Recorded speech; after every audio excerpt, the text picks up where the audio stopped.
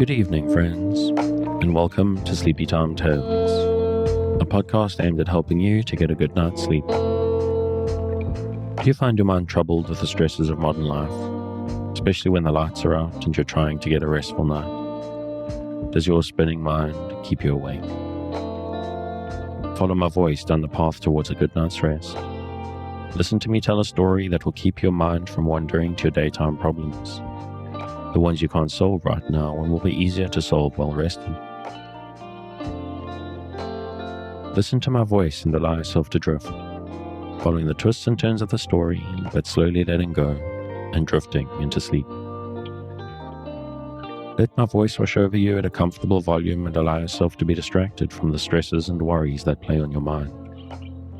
Whether you need help falling asleep or going back to sleep in the middle of the night, you can trust me to keep you company and help you to wake up tomorrow in a rested state. You may need to try out Sleepy Time Tales for a few nights to get used to the slightly strange idea, but I believe it will be well worth your while. I'm here to work with you, to create a safe space, a cocoon in which you can curl up and allow nature to take its course. So settle down, relax, and allow yourself to get lost in my telling of tonight's story. Before we get to tonight's reading, I'd like to ask for a few minutes of your time. Sleepy Time Tales is a listener-supported podcast. I can only keep it going, paying for the services and tools that I use, and justify the time I spend on it, thanks to the generosity and support of listeners like you. So if you're finding Sleepy Time Tales useful, if it helps you to get a good night's sleep and you would like to help keep it going out to thousands of other insomniacs, please consider supporting on the Patreon at patreon.com/sleepytimetales. This is monthly support that not only helps me keep the lights on, but can also get you bonuses based on your contribution level. So go along there, take a look, and sign up if you're interested. And I would like to shout out a couple of new folks who have joined the Sleepy Time Tales Patreon family. To both Julie and Greg, thanks very much, both of you, for signing up, and I hope you enjoy your bonuses. And thank you for your support. It's very much appreciated. And of course, if monthly seems a big ask, you can make once-off tips to the tip jar on the website. And you can also help the show without having to do so financially, but just telling people about it.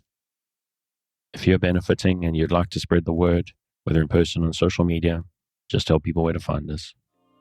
And that's enough of that.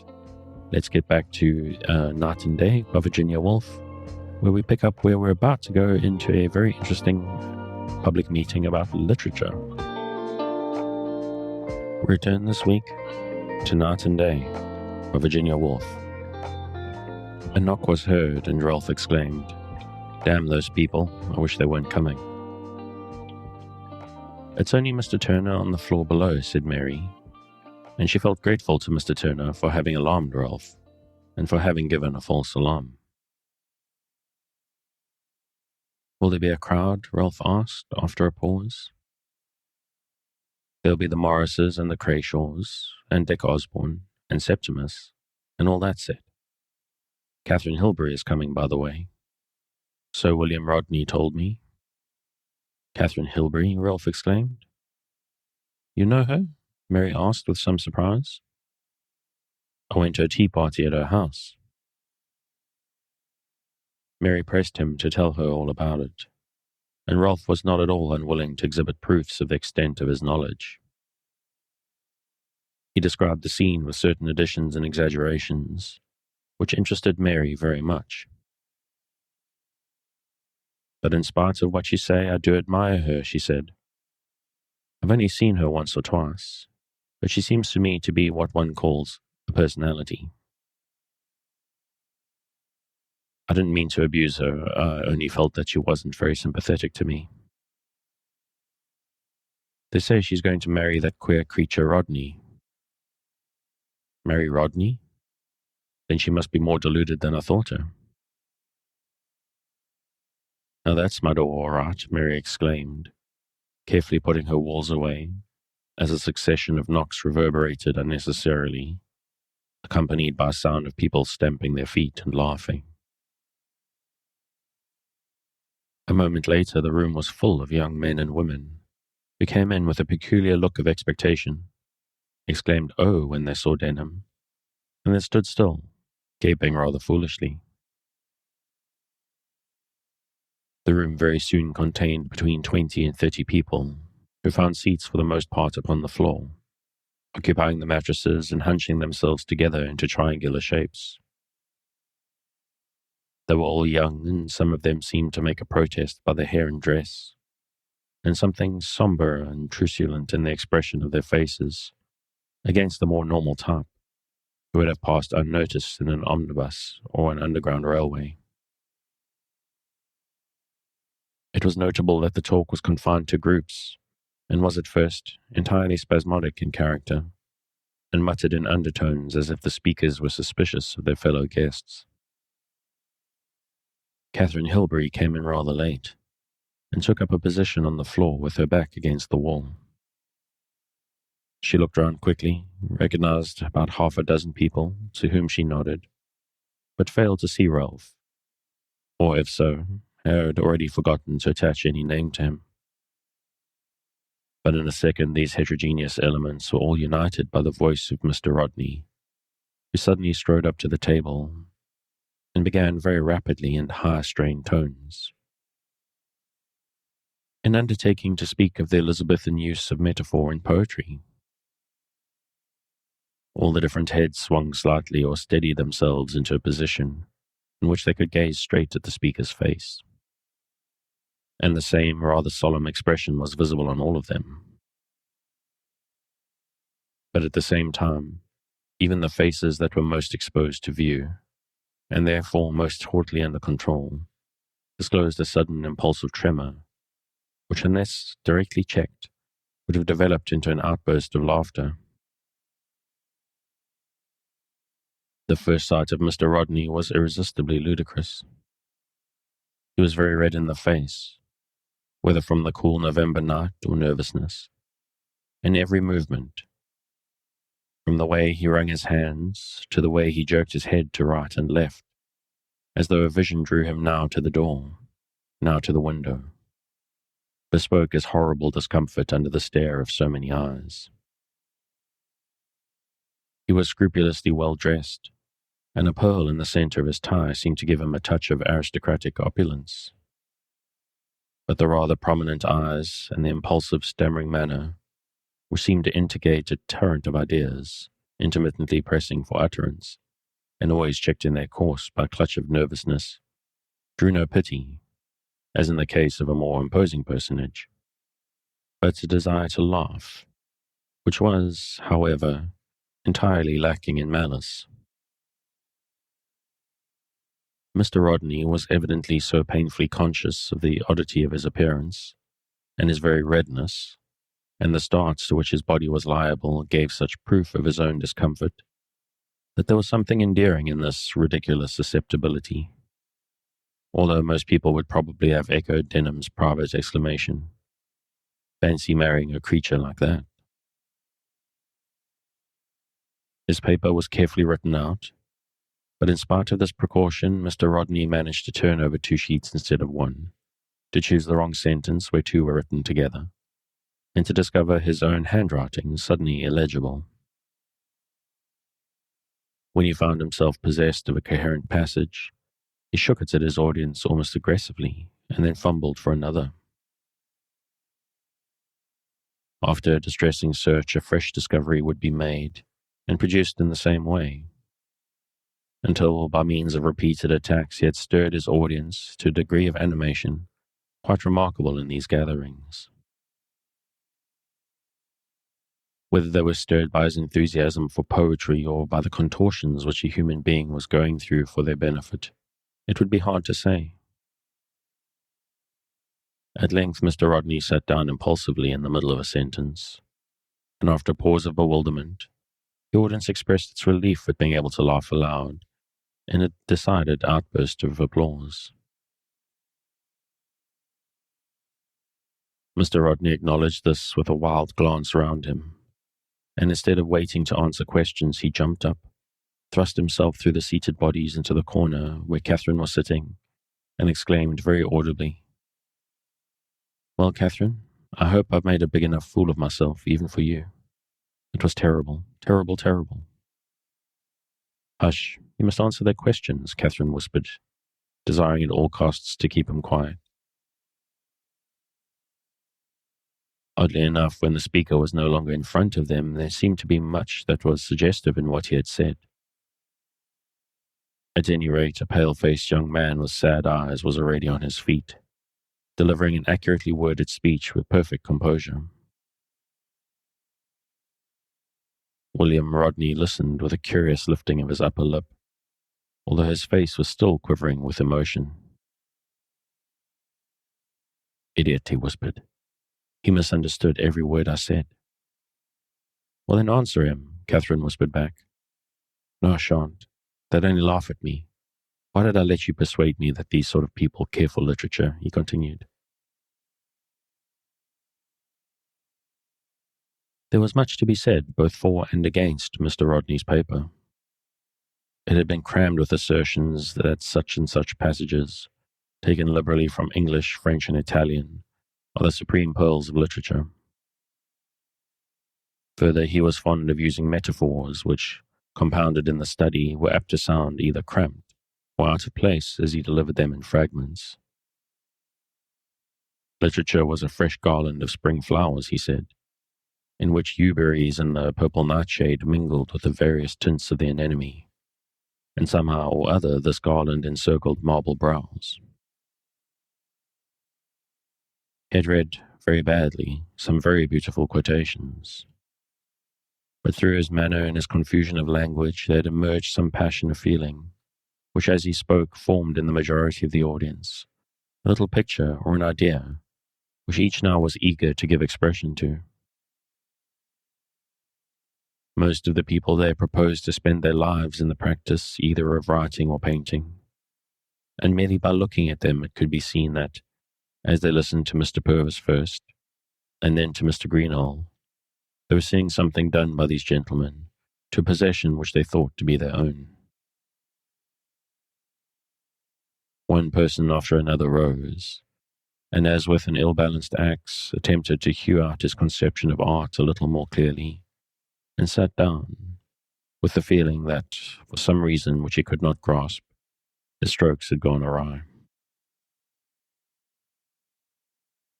As they sat down, they turned almost invariably to the person sitting next to them, and rectified and continued what they had just said in public. Before long, therefore, the groups on the mattresses and the groups on the chairs were all in communication with each other. And Mary Datchet, who had begun to don stockings again, stooped down and remarked to Ralph, "That was what I call a first-rate paper." Both of them instinctively turned their eyes in the direction of the reader of the paper. He was lying back against the wall, with his eyes apparently shut, and his chin sunk upon his collar. Catherine was turning over the pages of his manuscript as if she were looking for some passage that had particularly struck her, and had a difficulty in finding it. "Let's go and tell him how much we liked it," Mary said, thus suggesting an action which Ralph was anxious to take, though without her he would have been too proud to do it, for he suspected that he had more interest in Catherine than she had in him. "That was a very interesting paper," Mary began without any shyness, seating herself on the floor opposite to Rodney and Catherine. "Will you lend me the manuscript to read in peace?" Rodney, who had opened his eyes on their approach, regarded her for a moment in suspicious silence. "Do you say that merely to disguise the fact of my ridiculous failure?" he asked. Catherine looked up from her reading with a smile. "He says he doesn't mind what we think of him," she remarked. "He says we don't care a rap for art of any kind." "I asked her to pity me and she teases me," Rodney exclaimed. "I don't intend to pity you, Mr. Rodney," Mary remarked, kindly but firmly. "When a paper's a failure, nobody says anything. Whereas now, just listen to them." The sound which filled the room with its hurry of short syllables, its sudden pauses and its sudden attacks, might be compared to some animal hubbub, frantic and inarticulate. "Do you think that's all about my paper?" Rodney inquired, after a moment's attention, with a distinct brightening of expression. "Of course it is," said Mary. "It was a very suggestive paper." She turned to Denham for confirmation, and he corroborated her. "It's the 10 minutes after a paper is read that proves whether it's been a success or not," he said. "If I were you, Rodney, I should be very pleased with myself." This commendation seemed to comfort Mr. Rodney completely, and he began to bethink him of all the passages in his paper which deserved to be called suggestive. "Did you agree at all, Denham, with what I said about Shakespeare's later use of imagery? I'm afraid I didn't altogether make my meaning plain."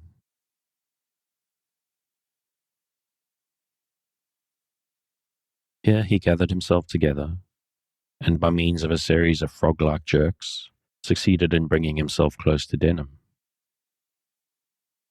Denham answered him with the brevity which is the result of having another sentence in the mind to be addressed to another person. He wished to say to Catherine, "Did you remember to get that picture glazed before your aunt came to dinner?" But, besides having to answer Rodney, he was not sure that the remark, with its assertion of intimacy, would not strike Catherine as impertinent.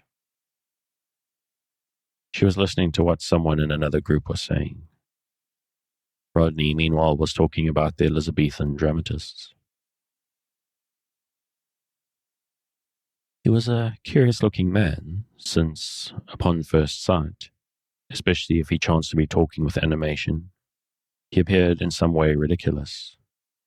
But next moment, in repose, his face with its large nose, thin cheeks and lips, expressing the utmost sensibility, somehow recalled a Roman head bound with laurel, cut upon a circle of semi-transparent reddish stone. It had dignity and character. By profession a clerk in a government office, he was one of those martyred spirits to whom literature is at once a source of divine joy and of almost intolerable irritation. Not content to rest in their love of it, they must attempt to practice it themselves, and they are generally endowed with very little facility in composition. They condemn whatever they produce. Moreover, the violence of their feelings is such that they seldom meet with adequate sympathy, and being rendered very sensitive by their cultivated perceptions, suffer constant slights, both to their own persons and to the thing they worship. But Rodney could never resist making trial of the sympathies of anyone who seemed favourably disposed, and Denham's praise had stimulated his very susceptible vanity. "You remember the passage just before the death of the Duchess?" he continued, edging still closer to Denham, and adjusting his elbow and knee in an incredibly angular combination. Here, Catherine, who had been cut off by these manoeuvres from all communication with the outer world, rose and seated herself upon the windowsill, where she was joined by Mary Datchet. The two young women could thus survey the whole party. Denham looked after them and made as if he were tearing handfuls of grass up by the roots from the carpet. But as it fell in accurately with his conception of life that all one's desires were bound to be frustrated, he concentrated his mind upon literature, and determined, philosophically, to get what he could out of that. Catherine was pleasantly excited. A variety of courses was open to her. She knew several people slightly, and at any moment one of them might rise from the floor and come and speak to her. On the other hand, she might select somebody for herself, or she might strike into Rodney's discourse, to which she was intermittently attentive. She was conscious of Mary's body beside her, but at the same time, the consciousness of being both of them women made it unnecessary to speak to her. But Mary, feeling as she had said that Catherine was a personality, wished so much to speak to her that in a few moments she did. "They're exactly like a flock of sheep, aren't they?" she said, referring to the noise that rose from the scattered bodies beneath her. Catherine turned and smiled. "I wonder what they're making such a noise about," she said. "The Elizabethans, I suppose." "No, I don't think it's anything to do with the Elizabethans. There. Didn't you hear them say insurance bill?" "I wonder why men always talk about politics," Mary speculated. "I suppose if we had votes, we should too." "I dare say we should. And you spend your life in getting us votes, don't you?" "I do," said Mary stoutly. "From 10 to 6 every day I'm at it." Catherine looked at Ralph Denham, who was now pounding his way through the metaphysics of metaphor with Rodney, and was reminded of his talk that Sunday afternoon. She connected him vaguely with Mary. "I suppose you're one of the people who think we should all have professions," she said rather distantly, as if feeling her way among the phantoms of an unknown world. "Oh dear no," said Mary at once. "Well, I think I do," Catherine continued, with half a sigh. "You will always be able to say that you've done something, whereas in a crowd like this I feel rather melancholy." "In a crowd?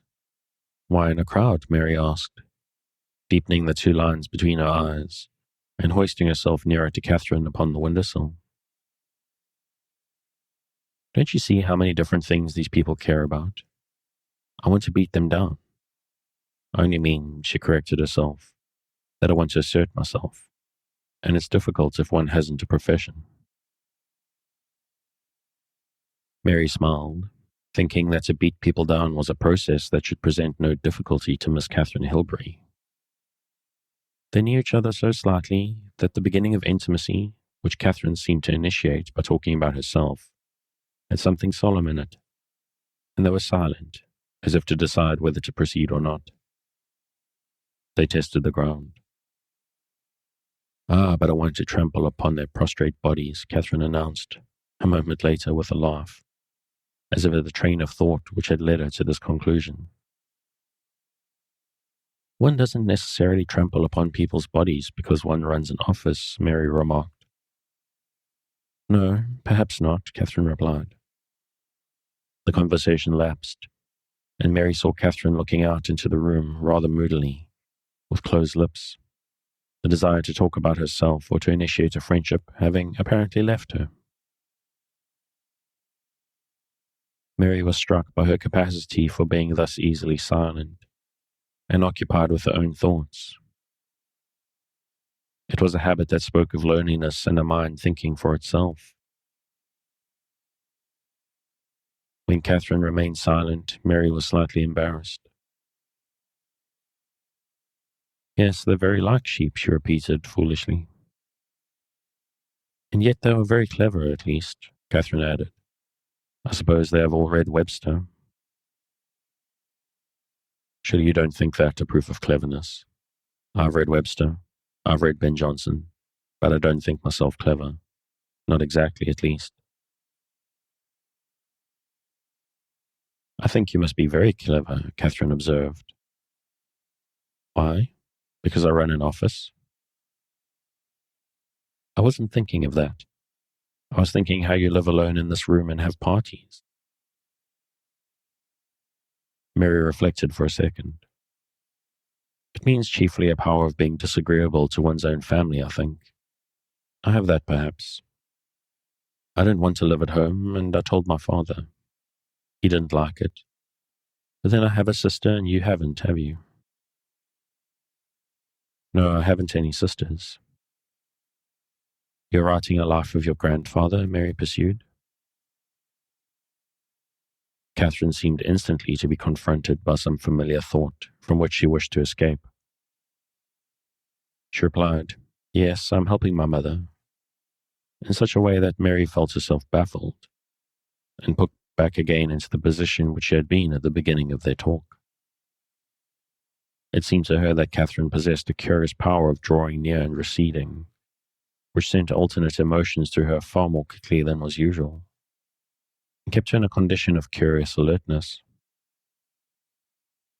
Desiring to classify her, Mary bethought her of the convenient term egoist.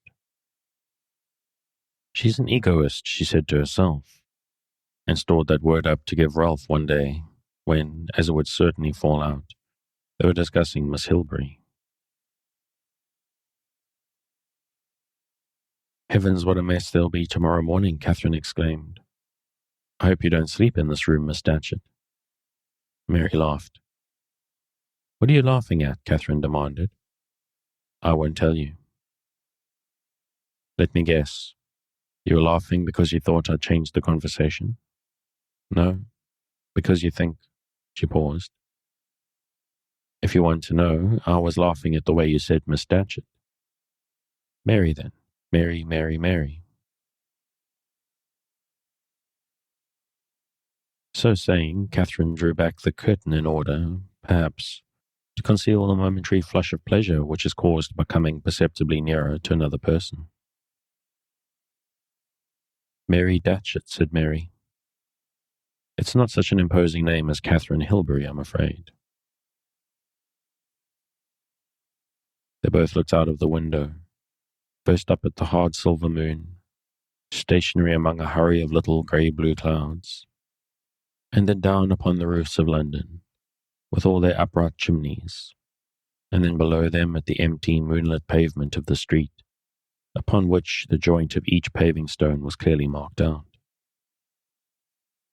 Mary then saw Catherine raise her eyes again to the moon, with a contemplative look in them, as though she were setting that moon against the moon of other nights held in memory.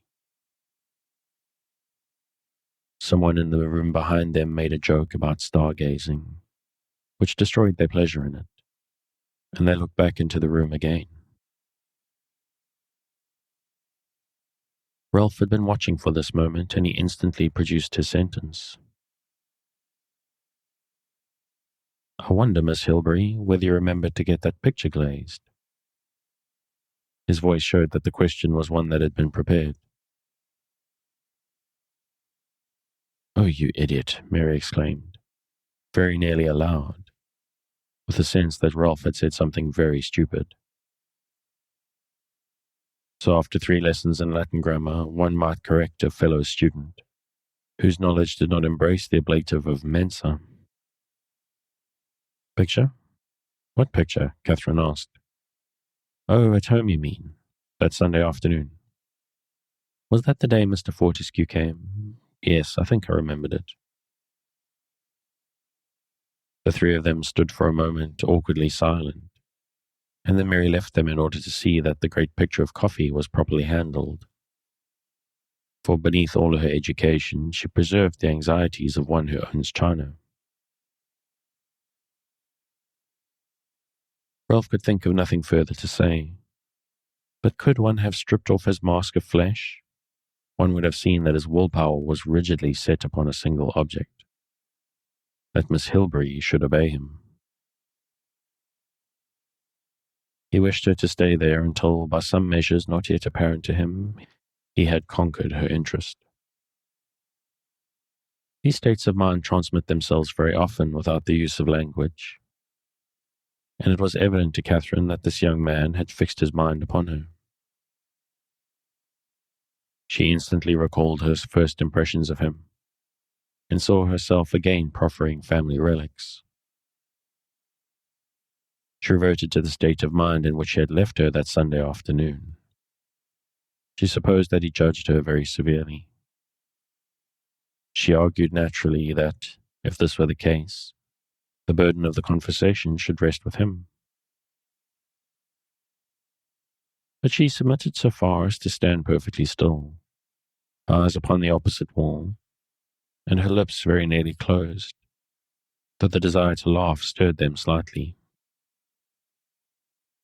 You know the names of the stars, I suppose, Denham remarked, and from the tone of his voice one might have thought that he grudged Catherine the knowledge he attributed to her.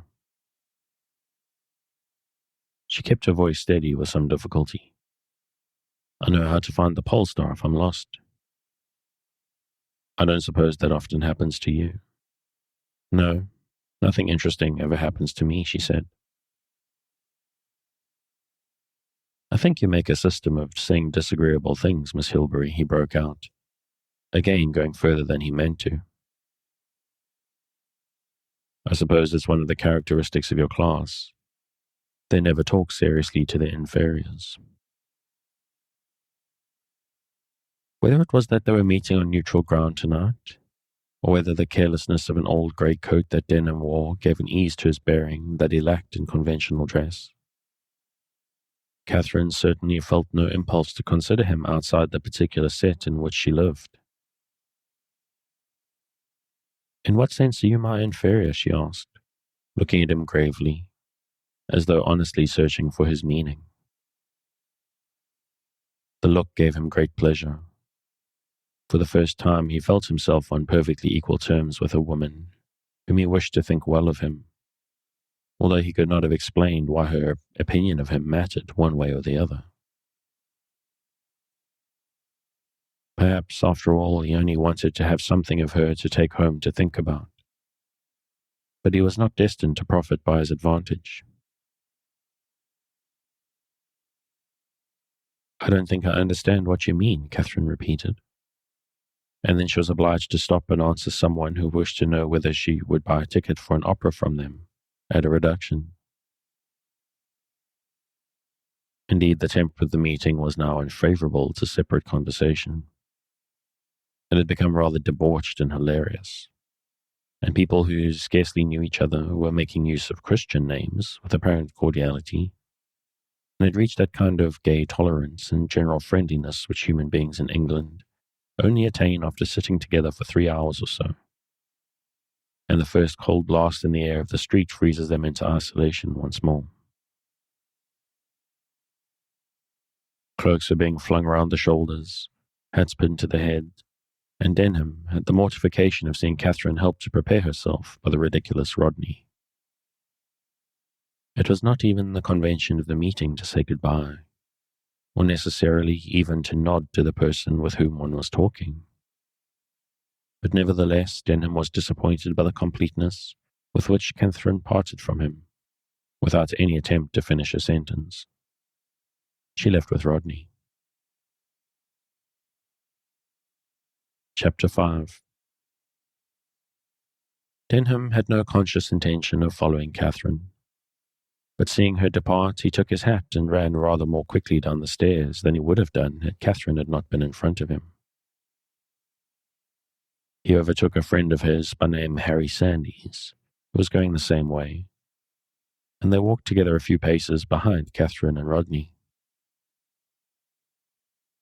The night was very still, and on such nights when the traffic thins away, the walker becomes conscious of the moon in the street, as if the curtains of the sky had been drawn apart, and the heaven lay bare as it does in the country. The air was softly cool, so that people who had been sitting talking in a crowd found it pleasant to walk a little before deciding to stop an omnibus or encounter light again in an underground railway. Sandys, who was a barrister with a philosophic tendency, took out his pipe, lit it, heard it hum and ha, and was silent. The couple in front of them kept their distance accurately, and appeared, so far as Denham could judge by the way they turned towards each other, to be talking very constantly. He observed that when a pedestrian going the opposite way forced them to part, they came together again directly afterward. Without intending to watch them, he never quite lost sight of the yellow scarf twisted around Catherine's head, or the light overcoat which made Rodney look fashionable among the crowd. At the Strand, he supposed they would separate, but instead they crossed the road and took their way down one of the narrow passages, which led through ancient courts to the river.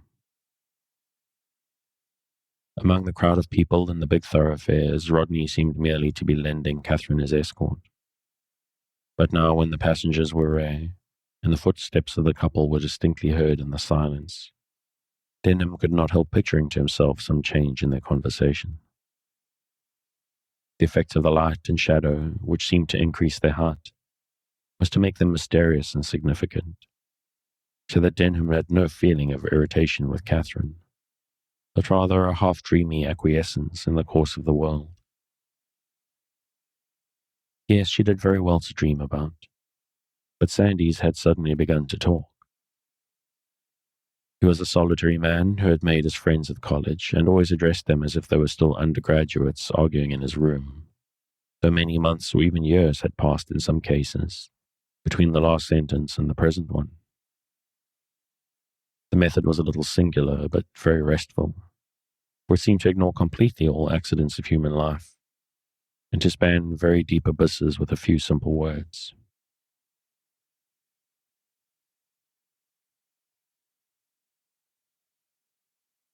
On this occasion he began, while they waited for a minute on the edge of the Strand. I hear that Bennett has given up his theory of truth. Denham returned a suitable answer, and he proceeded to explain how this decision had been arrived at, and what changes it involved in the philosophy which they had both accepted. Meanwhile, Catherine and Rodney drew further ahead, and Denham kept, as if that is the right expression for an involuntary action, one filament of his mind upon them, while with the rest of his intelligence he sought to understand what Sandys was saying. And although it's in the middle of a conversation, I think I'm going to leave it there. As always, if you want to pick up where I'm leaving off, you can find the original on Project Gutenberg at the link in the show notes. Thanks again for joining me on this episode of Sleepy Time Tales, a podcast designed around a bedtime story to help you to get a restful night. New episodes will be released every Sunday night to give you something fresh to help you rest in a new week. But make sure to follow or subscribe in whatever service you use so that you get your new episodes whenever they come out. Good night and sweet dreams.